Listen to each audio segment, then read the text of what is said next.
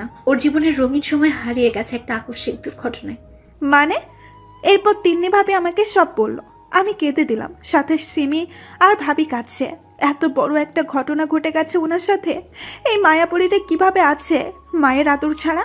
ঈশানের ভালোবাসায় মেয়েকে চোখের আড়াল করে না ঈশান। হয়তো ঈশান মুখে কিছু বলে না, কিন্তু ওর নিঃশ্বাস আর প্রশ্বাস জুড়েই হিতা আছে। সকালে যখন মামুনিকে আনতে যাই তখন বুঝি কত রাত ঘুমায় না ঈশান, কিন্তু কেউ কিছু বলতে পারি না আমরা। ও কষ্ট পাবে বলে। এখন নিশ্চয়ই ঈশান কাঁদছে। আমি বুঝতে পারিনি। যাও তুমি ফ্রেশ হয়ে আসো। সিমি, ওকে গেস্ট রুমে নিয়ে যাও। আলমারিতে নতুন কাপড় রাখা আছে, যেটা ইচ্ছে পরে নিও। আচ্ছা। অদ্রিকা ফ্রেশ হয়ে ভাবির কাছে যায়। ভাবি লাঞ্চ সার্ভ করছিল। আমি এখনও নিচে নামিনি। হিয়াকে ঘুম পাড়িয়ে দিয়ে নিচে খেতে আসলাম। অদ্রিকা একটু দূরে দাঁড়িয়েছিল। আমার চোখ মুখ ফোলা আর চোখ লাল হয়ে আছে, সেইটা অদ্রিকা আর ভাবি দুইজনই খেয়াল করলো। অদ্রিকা নিজেকে দোষ দিচ্ছে এসবের জন্য। মা, পাপা, ভাইয়া কেউ বাসায় নেই, সবাই রাতে আসবে। আমি খুব দ্রুত কোনো রকম খেয়ে উঠে নিজের ঘরে চলে গেলাম। ভাবিও আর কিছু জিজ্ঞেস করলো না। লাঞ্চ শেষ করে ভাবি আর অদ্রিকা একসাথে বসলো। ভাবি অদ্রিকার প্রবলেম সম্পর্কে জানতে চাইলে অদ্রিকা সব বলল। ঘটনাটা ছিল, অদ্রিকার বাবা মা মারা যাওয়ার আগে অদ্রিতাকে সব সম্পত্তি দিয়ে যান, কিন্তু অদ্রিকার ফুপি সেই সম্পত্তি পাওয়ার জন্য ফালতু একটা বেকার ছেলের সাথে অদ্রিকার বিয়ে দিতে চায়। কিন্তু অদ্রিকা সেখান থেকে পালিয়ে আসে। অদ্রিকা সবেমাত্র পড়াশোনা শেষ করে দেশে ফিরেছে, আর এর মাঝেই সে তার ফুপির আসল রূপ দেখতে পায়। এসব বলতে বলতে অদ্রিকা একটা দীর্ঘ নিঃশ্বাস ফেলল। এর মাঝে অদ্রিকা একবারও আমার বেডরুমে যায়নি। অদ্রিকা আসার পর ভাবি একজন সঙ্গী পেয়েছে, কিন্তু অদ্রিকার নিজেকে ঝামেলা মনে হচ্ছে। হঠাৎ করে অদ্রিকা নিজের অজান্তে আমাকে কষ্ট দিয়ে ফেলল। এসব ভেবে অদ্রিকার মন ভীষণ খারাপ। রাত পর্যন্ত আমি নিচে নামলো না। ভাবিও 3বার গিয়ে হিয়াকে দেখে এসেছে, কিন্তু অদ্রিকা আসেনি একবারও আমার ঘরে। রাতে সবাই একসাথে ডিনার করলাম। রাতে যখন সবাই খেতে বসলো তখন সবাই ভাবিকে জিজ্ঞেস করছিল, এই মেয়েটা কে? এরপর ভাবি অদ্রিকার সব কথা বলল সবাইকে। আমি চুপচাপ খাচ্ছি, আর হিয়া সিমির কোলে। অদ্রিকাকে দেখে হিয়া অদ্রিকার কোলে আসতে চাইছে। অদ্রিকাও ছটফট করছে হিয়াকে কোলে নেওয়ার জন্য। এরপর অদ্রিকা খাওয়া শেষ না করেই হিয়াকে কোলে নিল। হিয়াকে কোলে নেওয়ার পর হিয়া অদ্রিকার চুল ধরে হেসে দেয়। অদ্রিকা হিয়াকে চুমু দিল। এরপর হিয়াকে কোলে নিয়ে খাওয়া শেষ করলো অদ্রিকা। সবাই হিয়ার দিকে তাকিয়েছিল। কতটা খুশি হয়েছে হিয়া অদ্রিকাকে পেয়ে। আমি খাওয়া শেষ করেই হিয়াকে নিয়ে উপরে চলে গেলাম। হিয়া তখন কেঁদে দিল, কিন্তু আমি হিয়াকে থামাতে থামাতে উপরে উঠে গেলাম।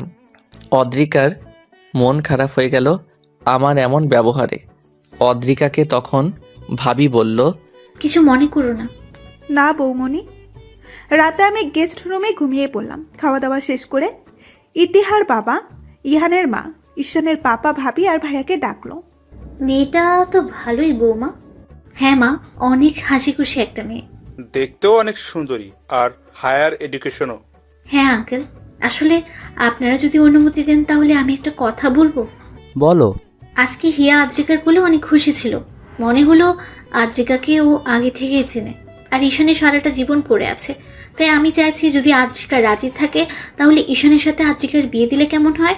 বৌমা, আমরাও এই কথাটাই ভাবছিলাম। ছেলেটার কত একা থাকবে, ওর তো একটা চাওয়া পাওয়া আছে, আর ওর মন থেকে ইহিতার স্মৃতি মুছার জন্য একটা ওয়ে দরকার। আর এইটা হচ্ছে অদ্রিকার মতো ভালো আর রুচিশীল একটা মেয়ের সঙ্গ।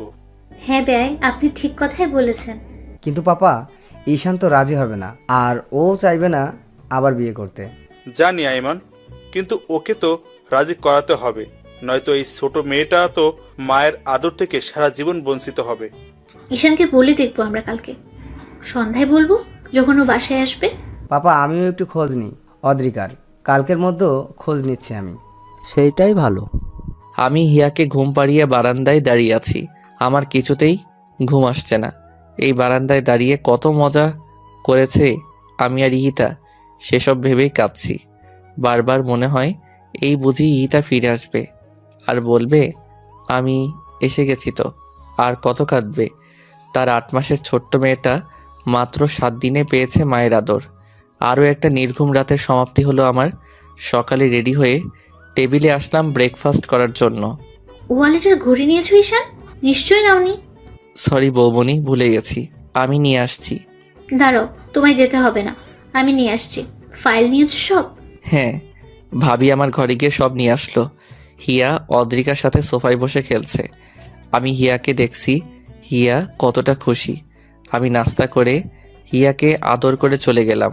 হিয়াকে নিয়ে খেলতে খেলতে অদ্রিকা আমার ঘরে গেল। দেয়ালে শুধুই ইতিহার ছবি আর হিয়ার ছবি। ইতিহার ব্যবহার করা পারফিউমটাও দেখতে পেলাম। অনেক সুন্দর ঈশানের রুমটা, কিন্তু সব জায়গাতেই শোকের অনেক বড় একটা ছাপ।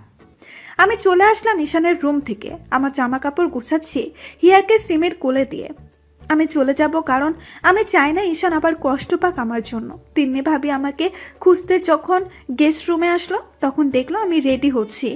কি ব্যাপার, কোথায় যাচ্ছ? আমি অবাক হয়ে আদ্রিকাকে জিজ্ঞেস করলাম। বৌমনি, চলে যাচ্ছি। একটা দিন তো আপনাদের অনেক কষ্ট দিলাম, আর কত। বুঝলাম, তা যাবেন কোথায়? সিঙ্গাপুরেই চলে যাব। ব্যাংকে ক্যাশ যা আছে সেইগুলো নিয়ে। ফুপি তো ভেঙেই ফেলেছে সব। আর আপনাদেরকেই বা কতদিন কষ্ট দিব এভাবে আগাছা হয়ে থেকে? যদি পার্মানেন্ট করে রাখি তো? মানে? হিয়ার সবচেয়ে ভালো আম্মু হয়ে দেখাবা? পারবা না? তার মানে? তুমি যদি রাজি থাকো তাহলে আমার ভাইয়ের বউ বানাবো তোমাকে। ঈশানের দায়িত্ব আর মামুনির দায়িত্ব সব নিজের হাতে সামলাতে হবে। আমি ফ্রেশ হয়ে এসে দেখি অদ্রিকা খাটে বসে ঝিমাচ্ছে। আমি শুধু তাকিয়েই রইলাম অদ্রিকা কী করে এটা দেখার আশায়। আমি টাওয়েল সোফার উপর রেখে অদ্রিকার দিকে তাকিয়ে আছি আর হাসছি। অদ্রিকা বসে বসে কিভাবে ঝিমাচ্ছে এইটা